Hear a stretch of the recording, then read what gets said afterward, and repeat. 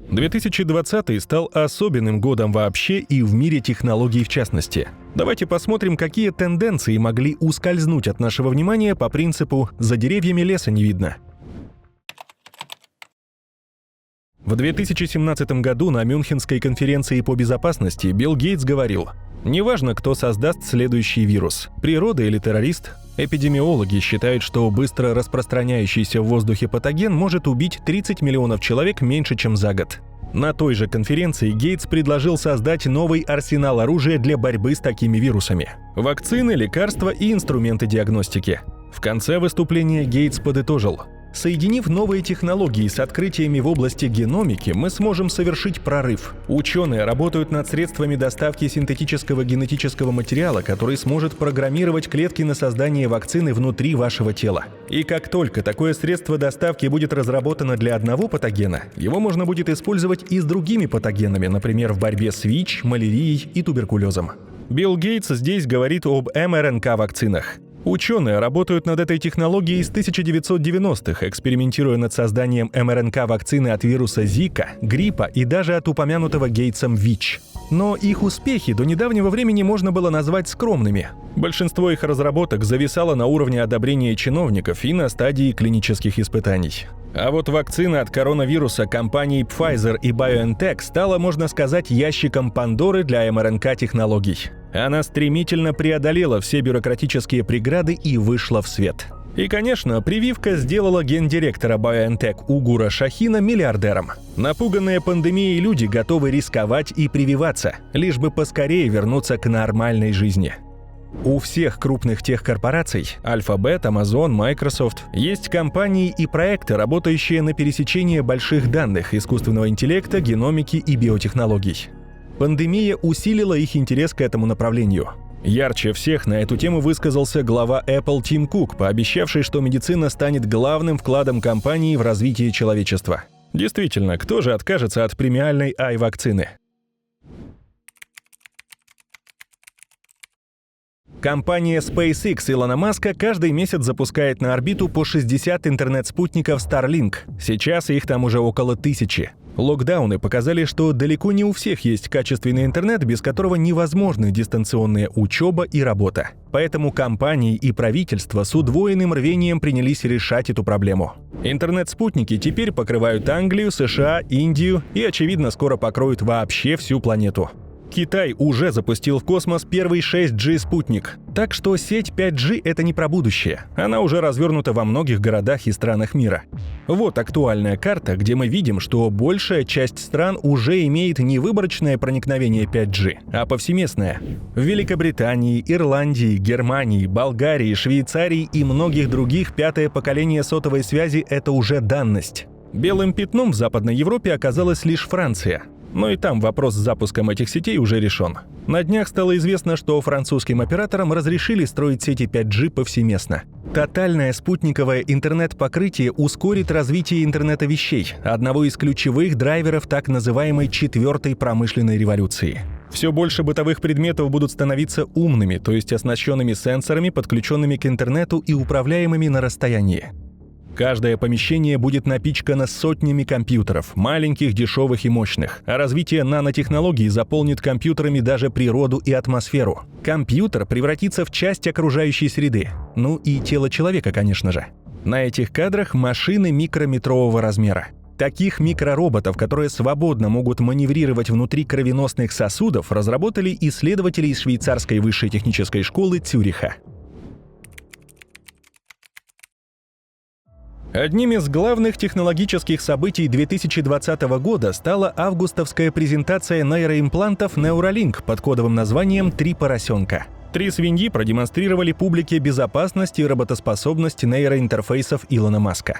Свинья Гертруда показала, что имплант в голове не мешает ей быть обычной хрюшей. Свинья Дороти, когда-то носившая Neuralink, доказывала, что импланты можно будет без вреда удалять, если они устареют или будут не нужны пользователю. Третья свинья по имени Джойс хрюкала на презентации просто, чтобы показать, как выглядят представители вида без взаимодействия с имплантами. Сейчас Neuralink работает над медицинским применением линков на людях для лечения слепоты и паралича, потери слуха и памяти. Сообщается, что будет возможна и коррекция более сложных проблем вроде бессонницы, депрессии и зависимостей. Но главная цель компании, о которой открыто заявляется – создание убийцы смартфона, потребительского устройства, которое заменит компьютеры и смартфоны. Прогнозируют, что после выхода на рынок линки должны стоить пару тысяч долларов, включая процедуру установки. А дальше цена будет только падать. Установка нейроинтерфейсов требует хирургического вмешательства, удаления куска черепа и вживления электродов в ткань мозга. Обычно для выполнения такой процедуры нужен специально обученный медицинский персонал, но установкой линков в компании Маска займется робот, способный вживлять электроды в мозг с высокой точностью. Таких хирургических роботов можно будет производить массово и продавать во все страны мира. Процедура установки будет проходить без общей анестезии пациента и длиться около часа, а пациент сможет отправиться домой в день установки. Вот какие плюшки и ништяки обещают инженеры Neuralink, если вживить себе в мозг их импланты. Люди станут телепатами и смогут общаться без использования слов, получая доступ к мыслям и переживаниям друг друга на образном и довербальном уровне. Станет доступно коллективное мышление. Подключенные друг к другу мозги ученых смогут работать над проблемами в суперскоростном и эффективном режиме. Чувственный опыт можно будет передавать напрямую в мозг другим людям. Если сейчас люди просто смотрят спорт, клубничку и кулинарное шоу на смартфонах, то в эпоху нейроинтерфейсов они смогут переживать все это благодаря стимуляции мозга. И это не сценарий фантастического блокбастера. Пример МРНК-прививки показывает, что время между созданием инновации и ее выходом в широкие массы сокращается. И что после этого произойдет с такими дремучими и высокопарными понятиями, как приватность, свобода воли, ответственность? А вот что. Бывший глава Google Эрик Шмидт, объясняя, почему США так плохо справляются с коронавирусом, сетовал на ценности вроде свободы и приватности. По его мнению, они мешают западному обществу эффективно преодолеть пандемию. В Тайване, если ты заразился, с твоего телефона берут данные, без твоего разрешения, смею добавить. Вычисляют всех людей, с которыми ты был рядом, и всех сажают на карантин. Вот так надо бороться с вирусом. У них в обществе нет дискуссий о моем телефоне или о том, имеет ли право судья получить доступ к телефону. Они берут твой телефон, вычисляют, где ты был, и дело с концом. И, кстати, это работает. Цифровой министр Тайваня Одри Тен объясняет это тем, что к началу пандемии коронавируса тайваньцы уже были приучены к протоколу борьбы с пандемией. Впервые эти правила сформировали еще в 2003 году, когда страна боролась с эпидемией SARS, и в 2009 во время борьбы со свиным гриппом. Тогда были обозначены права государства во время пандемии. Здравоохранению разрешили проводить эпидемиологические исследования, а для граждан, отказывающихся соблюдать правила, установили наказание. Однако контакт-трейсинг так и не был развернут в большинстве западных демократий, а сама идея постоянной слежки за перемещениями граждан вызывала шквал возмущений и рассуждений о свободе. И вот как Эрик Шмидт поясняет необходимости слежки.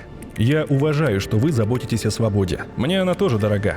А вы готовы поступиться свободой ради спасения жизни 100 тысяч людей? Я готов. Я голосую за этот вариант. Так что пускай лидеры стран скажут: мы даем вам выбор. Если вы хотите убивать людей, окей.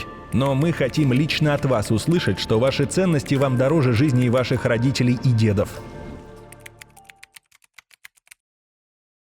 Контакт-трейсинг в Поднебесной практиковался и до пандемии. Например, операторы мобильной связи и так делятся с правительством данными о передвижении граждан. Камеры на улицах нон-стоп распознают лица людей. В пандемию эту технологию использовали для контроля за ношением масок и даже для дистанционного измерения температуры граждан. Вместе с технокорпорацией Alibaba правительство создало приложение, собирающее данные обо всех передвижениях, контактах и симптомах людей. Согласно собранным данным, всем присваивают код здоровья, на основе которого жители Китая либо должны оставаться дома, либо имеют право свободно передвигаться. Правительство заставило всех установить это приложение на телефон и, конечно, наказывало нарушителей пандемийного порядка. Для Эрика Шмидта и других представителей западных технокорпораций цифровой аспект китайского общественного устройства – предмет зависти. Все технологии, использованные КНР в борьбе с коронавирусом, распознавание лиц, слежка за передвижениями, цифровые паспорта здоровья, уже приходят на Запад. В этом смысле не вполне ясно, что делать с путающимися под ногами прогресса демократическими ценностями. В свою очередь, недавно Международный валютный фонд приоткрыл завесу будущего финансовых технологий. В том числе прозвучало предложение собирать больше данных об интернет-активности клиентов, информацию об устройствах, с которых они выходят в сеть, историю поисковых запросов и покупок. По словам представителей МВФ, сбор этих данных поможет выдавать больше кредитов и упростит открытие новых банковских счетов. Но только для благонадежных граждан. В Китае это все практикуется уже давно. Сбор данных об интернет-активности – часть системы социального рейтинга. На его основании не только оказывают или не оказывают финансовые услуги, но и разрешают или запрещают путешествовать и занимать определенные должности. Каким же образом будут рекламировать для населения такую сомнительную технологическую штуку, как социальный рейтинг? Ну, конечно же, безопасностью. Здесь можно вспомнить популярную цитату, которую приписывают Бенджамину Франклину. «Тот, кто готов пожертвовать насущной свободой ради малой талики временной безопасности, недостоин ни свободы, ни безопасности». Тем более, что всегда будут те, кто стоит выше всяких этих унизительных рейтингов для плебса. В этом году клуб миллиардеров расширился до рекордной отметки. Их теперь 2189 человек. И у этой могучей кучки больше денег, чем у 4,6 миллиарда людей вместе взятых. В одном только Китае, с которого началась пандемия, в 2020 году появилось 257 новых миллиардеров. Самым богатым китайцем стал Джун Шаньшань, за год увеличивший свое состояние на 62 миллиарда долларов. Акции его фармкомпании Wantai Biological выросли в цене в 20 раз после начала работы над вакциной от коронавируса в виде назального спрея. И все же наибольшей удачей пандемия обернулась для американских предпринимателей. В первую очередь для технологической элиты. 8 из 10 позиций в десятке богатейших людей мира принадлежат именно им.